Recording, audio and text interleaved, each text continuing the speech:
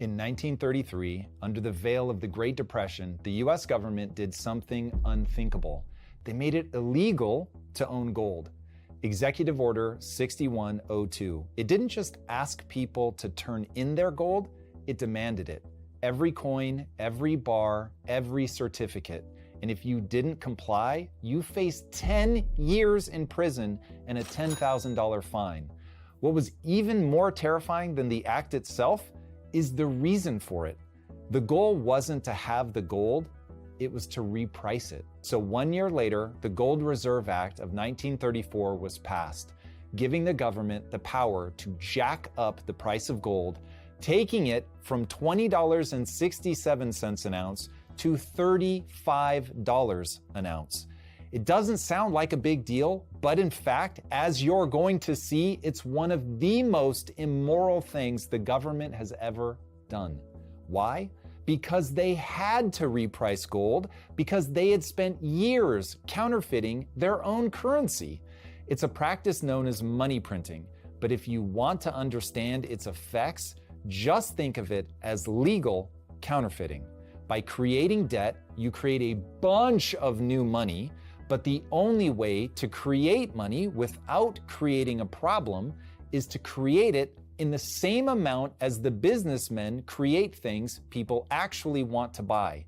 Get that balance wrong and prices go up because everyone now has more money, but there's not more stuff to buy. So people will pay extra for what there is. If there's only one pizza in existence and everyone has $1 million, suddenly pizza becomes worth a lot more. So with EO 6102, a single stroke of the pen stole 41% of the dollar's value. I would tell you to imagine it, to imagine what it would be like to have $100 in your bank account that buys $100 worth of stuff 1 minute and $59 worth of stuff the next, but you don't have to imagine. This is exactly what happened during COVID and why it's so hard to make ends meet today. And 1933 wasn't the only time we've done this. We did it again in 1971 when Nixon just flat refused to continue letting banks exchange their dollars for gold, a promise we had made to the entire world back in the 40s. Given that track record, you can understand why Anton Kobiakov, one of Putin's advisors, accused the US recently of using the crypto cloud, as he called it, to run a scam on the rest of the world. As Russia learned the hard way when it invaded Ukraine and we froze billions of dollars of their assets, with friends like the US, who needs enemies? But the question isn't whether the world needs to be wary of the US printing money. It absolutely does. The question is whether what we're doing with crypto now is nefarious or whether Russia has their own agenda. That's what we're going to cover today in 5 eye-opening parts. And if you want to know the depths of the US's economic depravity and check the veracity of Russia's claims, part 1 is for you. But you're going to be surprised by what we find. If you're a hodler who has an I Love Michael Saylor coffee mug, head to parts 2 and 3. But no matter why you're here, do not skip part 5. That is the path forward. Welcome to part 1. What exactly are we being accused of? On September 8th of this year, Anton Kobiakov stood before the Eastern Economic Forum in Vladivostok, Russia, and accused the United States of attempting to rewrite the rules of the gold and crypto markets. He claimed that Washington is going to shove US debt into a crypto cloud and use treasury-backed stablecoins to do it. And then they will devalue the real debt burden via inflation, impacting anyone who holds dollars or dollar equivalents, which would include every one of those stablecoin holders. His assertion is that the US wants to preserve US hegemony as trust in the dollar is collapsing using newer rails that the US can still dominate. And the truth is, he is almost certainly correct. How do I know? Because we're already doing it.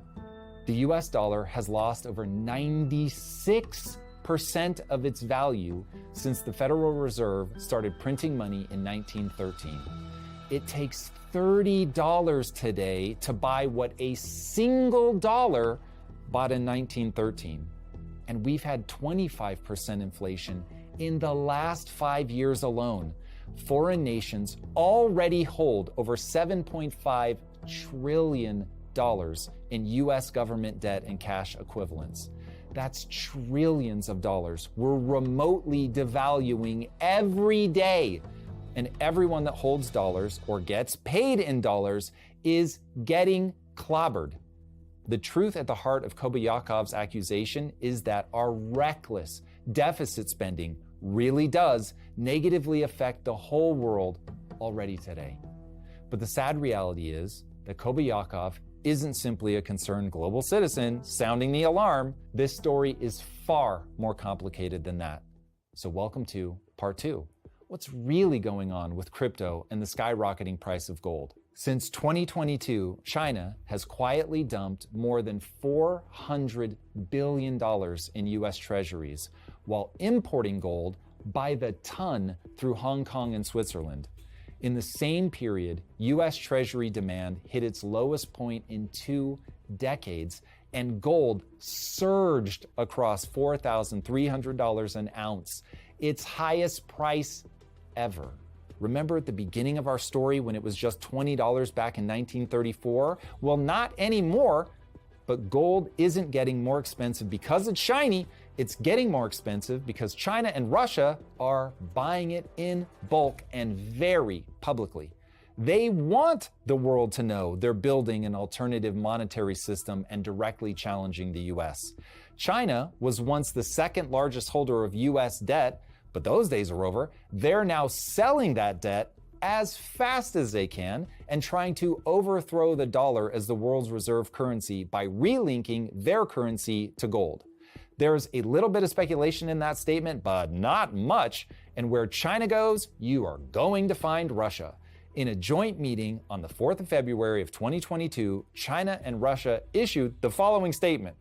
Relations between Russia and China are superior to political and military alliances of the Cold War era.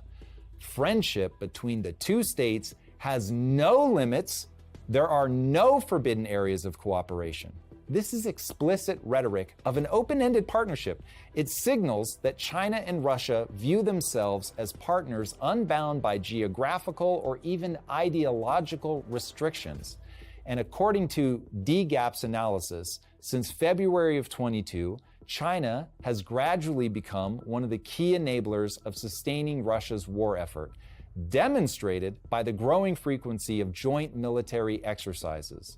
Now, when you have collectively starved around 50 to 60 million of your own people to death in just the last 100-ish years, you'll forgive me if I clutch my pearls when you start doing public displays of affection. But that's where we are. Both Russia and China have expressed their dissatisfaction with the US's influence on global affairs. And between COVID, QE, and deficit spending, they know that America has printed over $6 trillion in just 2 years, making us weaker and weaker economically, something they know they can play to their advantage.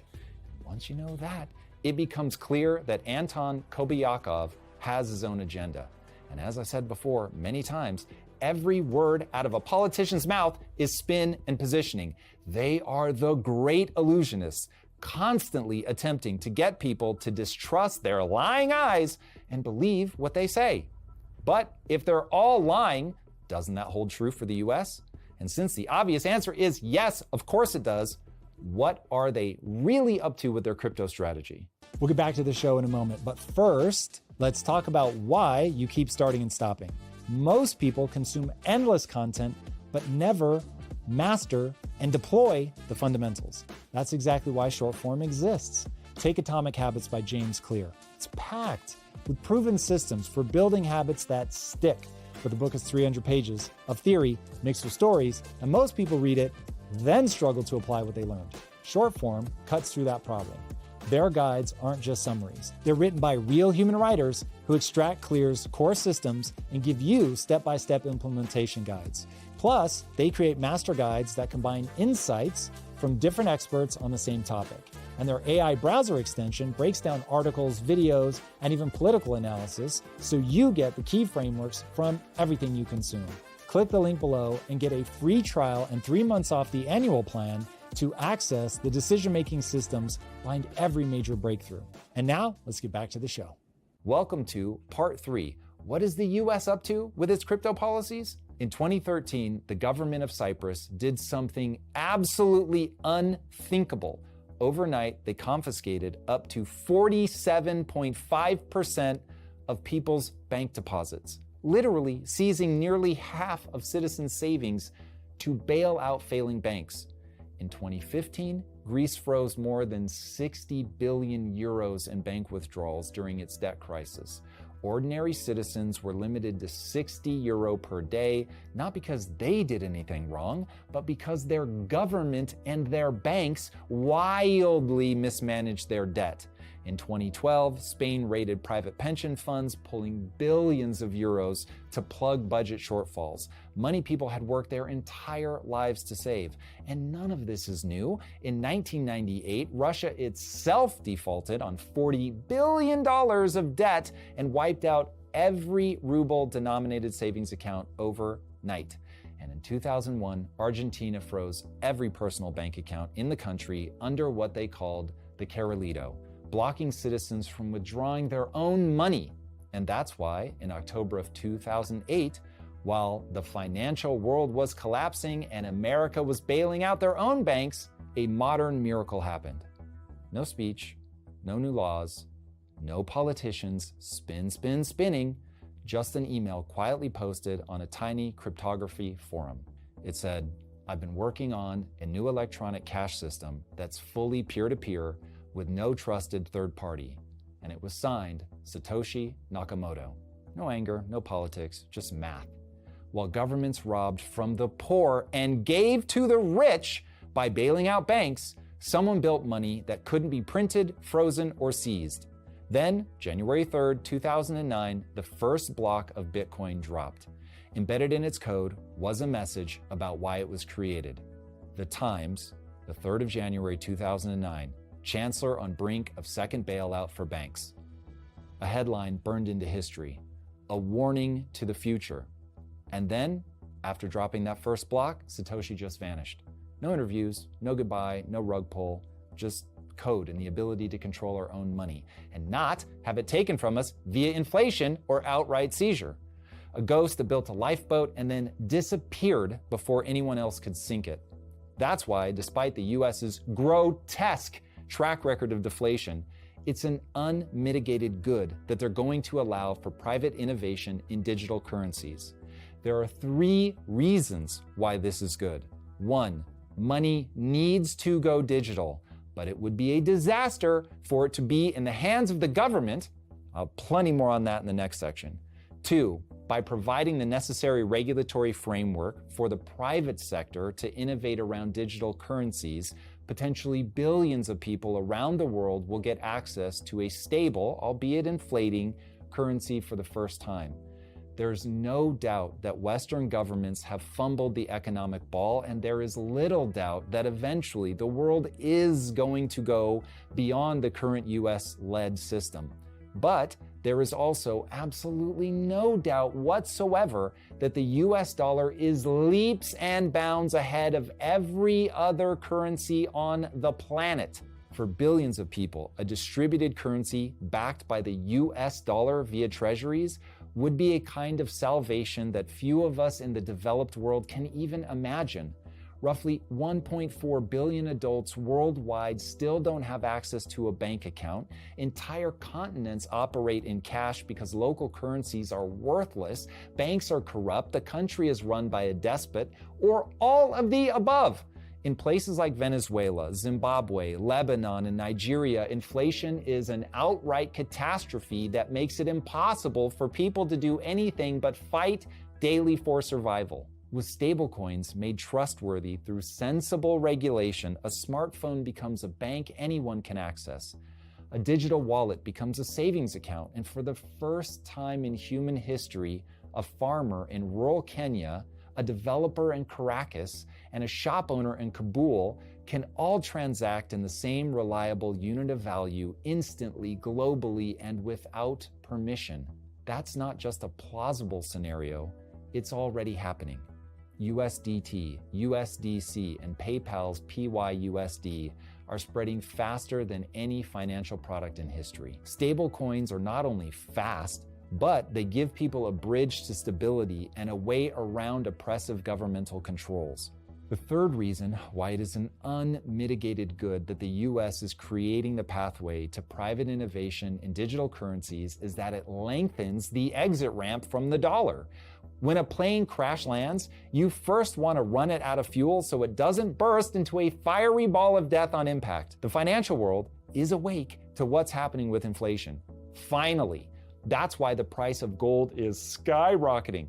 China is gobbling up gold and creating a new gold corridor and working to convince the world that despite being a dictatorship known for kidnapping businessmen when they get out of pocket, that they're now a safe place for money. Central banks around the world have been reducing their USD holdings significantly in the last 10 plus years, but they also know a very ugly truth. Virtually every currency on Earth is being devalued through inflation, and at least the US is currently a mostly stable country politically. The bad news is, though, that the average citizen is still unaware of what's happening to them, and it would be catastrophic for the entire global economy if America suddenly crashed economically because there was no demand for our debt. If it happened today, the airplane would indeed smash into the ground and burst into a fiery ball of death. By creating a regulatory framework for stable coins that requires a one-to-one backing of US treasuries, the demand for US debt will remain high enough for long enough that either the US will get its shit together and stop abusing people, or people at least can exit out of the system entirely in a more orderly fashion than if it happened really fast all at once. Here is the thing. The government knows all of this. They've watched crypto grow. They've seen stablecoins explode. They've seen the private sector build a faster, fairer, freer financial system, and they're terrified of it. They don't want innovation. They want integration into the government. That's why the Biden administration was so hostile to crypto. They wanted to absorb the technology and use it to tighten their grip. The current admin definitely wants to export inflation and continue to debase their currency. I certainly do not assume that they have good intentions, but at least they see an opportunity in the marketplace that they can exploit that happens to actually be good for the average citizen. If the private sector isn't allowed to build the next generation of economic rails, then central banks and governments around the world will build their own versions of digital currency, CBDCs, or central bank digital currencies. In fact, as I covered in this video, they're already doing it. They're pitching CBDCs as progress, but make no mistake, these are not innovations. They are massive upgrades to surveillance and control. Because unlike Bitcoin or privately issued stablecoins, CBDCs are centralized. They're programmable and provide total control over your money. With a CBDC in place, a government can and will monitor, record, and/or block transactions in real time based on whatever criteria they want. Once money becomes code, whoever controls the code controls you, unless that code is decentralized and run by the private sector. So while the private sector's version of digital money could free billions, the government's version could enslave them. And I'm not kidding. And that's what we need to talk about next. So welcome to part 4. Digital money done poorly will be used to enslave. In 2022, the government of Canada had the gall to freeze more than 200 bank accounts, not for terrorism, not for crime, but for donating to a protest. Not actively protesting, donating to protesters. No trial, no warrant, just boop, no more banking for you. That same year, the European Central Bank announced pilot testings for the digital euro, a currency that will give Brussels the power to track and limit how you spend your money down to the last cent.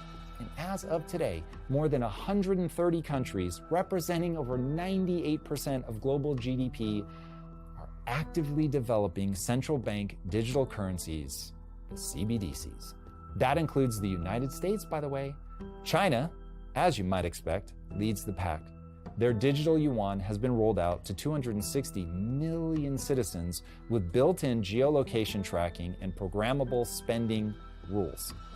Not to be outdone, Nigeria has launched its e-Naira. India is testing the digital rupee. The European Union, of course, is running pilot programs for the digital euro. And the Bank of England is studying caps on offline holdings for a digital pound to make sure no one can save too much outside of their system. This is so dystopian.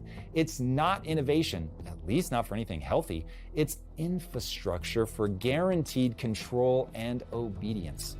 In China, the national ID system and the digital yuan already work hand in glove. The same network that lets you pay for groceries can also block you from buying a train ticket if your social credit score is too low. In the UK, the government has already proposed using financial data to enforce carbon quotas, literally tracking how much you drive, eat, or travel.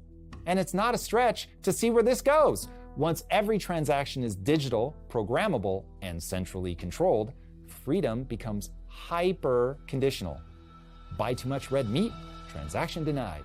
Attend the wrong rally? Account frozen. Donate to the wrong cause? Flagged for review. This is the nightmare version of digital money that we must resist. A system that knows everything you buy, everywhere you go, and everyone you support.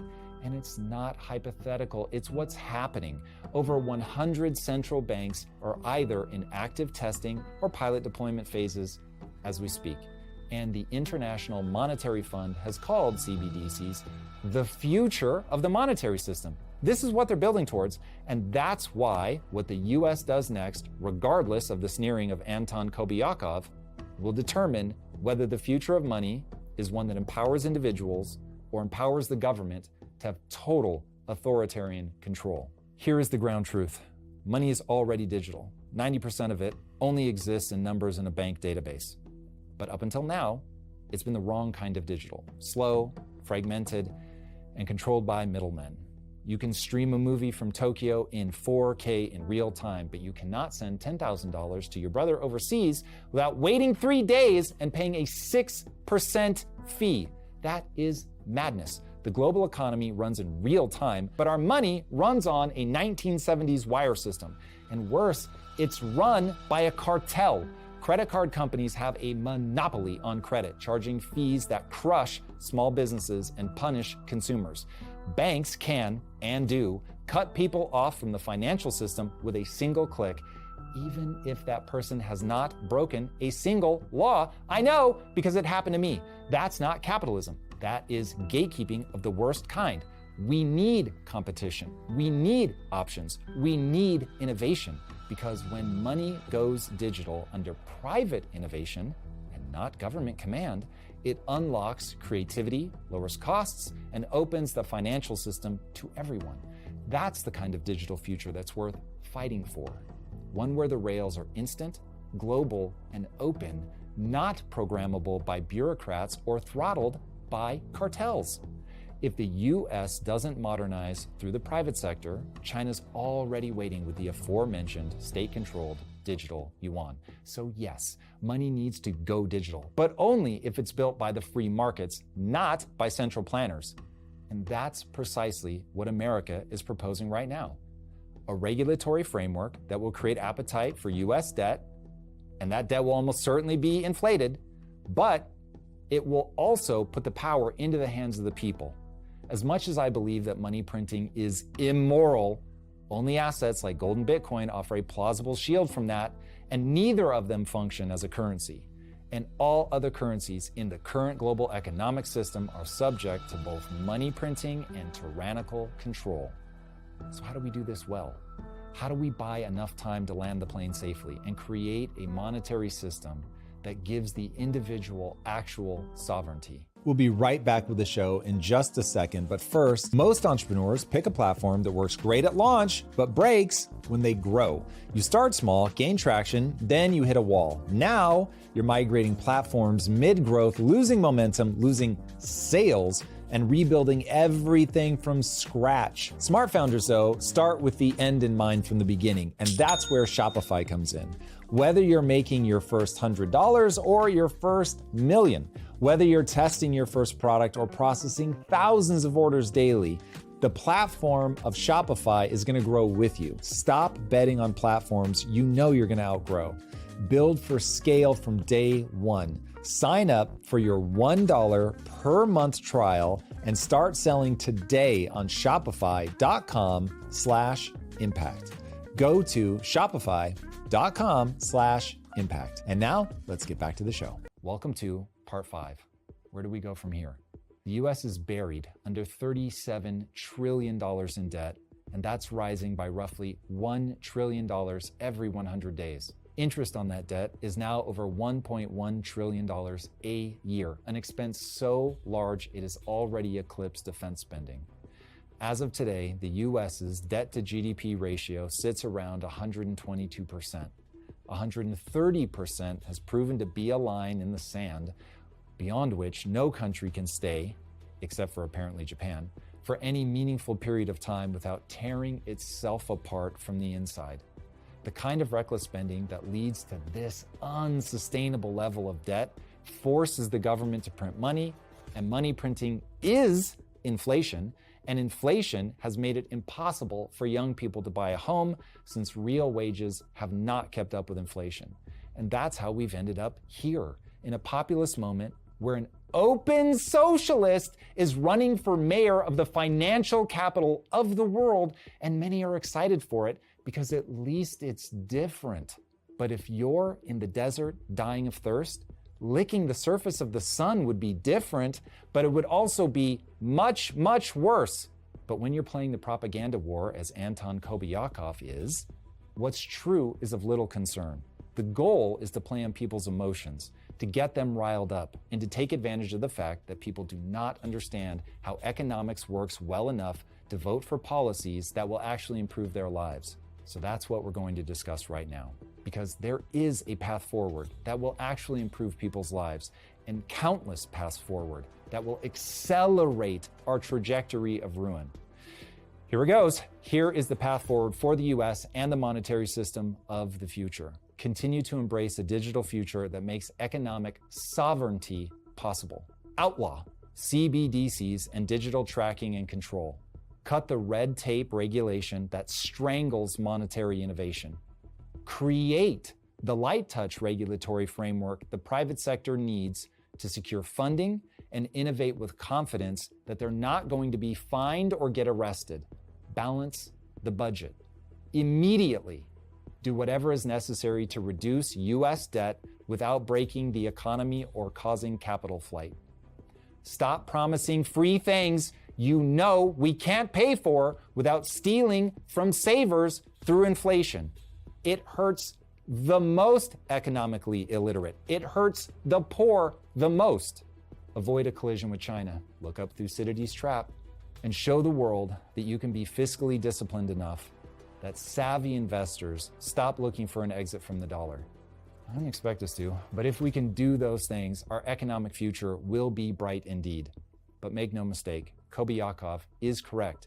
If Washington keeps running multi-trillion-dollar deficits, it won't just be Americans footing the bill. Everyone holding a digital dollar anywhere in the world will absorb the hidden tax of inflation. But even if that's the case, even if the US keeps spending like an out-of-control drug addict, their Hail Mary of using stablecoins to create demand for treasuries is still the right thing for the world. It not only buys the world time to migrate away from the dollar in the least traumatic way possible, but it also helps ordinary people escape the clutches of tyrannical governments and monetary systems that are orders of magnitude more unstable than the dollar. And before I land this plane without crashing, let's discuss head on what I'm sure many people are already thinking. Wait a second, isn't crypto just a scam? Isn't this a big con of rug pulls, offshore casinos, celebrity pump and dumps, and the like? There's no doubt the world is full of scammers. Scammers go hard. So what's up, big gunner? But that is a flaw with humans, not a flaw in decentralized money. which is exactly why the move now is not to ban the tech or to centralize it, but instead to civilize it. Clear rules, not political choke points, used by elites to maintain control. One-to-one reserves for stablecoins. Audited custody and segregation of client funds. Transparency. Plain English disclosures and licensing that has teeth. Now, if you do all of that, you will sweep out predators without killing the protocol. The rails already exist and they work. What's missing is adult supervision, so the upside, speed, openness, resilience, and freedom from government control will actually serve the public instead of enslaving it. And that's the paradox at the center of this moment. The same technology that can save us can also be used to press down on our economic necks forever. Depending on how we build and secure the economic rails of the future will determine who controls the future itself. Will we get sovereignty and innovation or tyrannical top-down control? And that brings us back to Kobayakov. Rome clipped coins. Britain debased sterling. Modern states print money. Inflation's not new, nor is it limited to the US. It's just how money goes when it's centralized. The reason Kobayakov is calling out the US's approach to stablecoins isn't because he's looking out for people, it's because he wants to be the one that controls the future of money. His derision isn't moral clarity, it's marketing for a China-Russia architecture where money is programmable by the party. China's flirtation with gold linkage is honestly very smart, but it's old money and being done by a nation I do not trust at all. Gold isn't going anywhere anytime soon. I own more than my fair share, but we have to look to the future as well. And whether the US is doing the right thing for the right reasons or the right thing for the wrong reasons, I don't really care. As I always tell entrepreneurs, all that matters is what you do. Your intentions are irrelevant. Here's the uncomfortable truth. America's crypto cloud gambit, driving treasury demand via stablecoins, is a massive improvement over where we are today, even if the US keeps deficit spending. Kobayakov is right about the sickness, but he's wrong about the cure. Or worse, he's being insincere in his framing to get Russia control. The reality is that eventually the dollar's credibility will finally break and something else will rise to replace it. But whether that's decentralized and in the hands of the private market, or it's centralized and in the hands of the government, will be the difference between ending up in 1984 with a boot stamping on our face forever, as Orwell warned, or finding our way to a future of freedom like what Satoshi made possible. All right, if you want to see me explore topics like this in real time, be sure to join me live on YouTube, X, Twitch, or Kick. You can join the debate or just chill in the community. We're live every Wednesday and Friday at 6 a.m. Pacific. I hope to see you there. All right, guys, until next time, be legendary. Take care. Peace. If you like this conversation, check out this episode to learn more. In 2022, something happened in Canada that should have stopped the world in its tracks. Hundreds of ordinary citizens, teachers, mechanics, stay-at-home moms, all had their bank accounts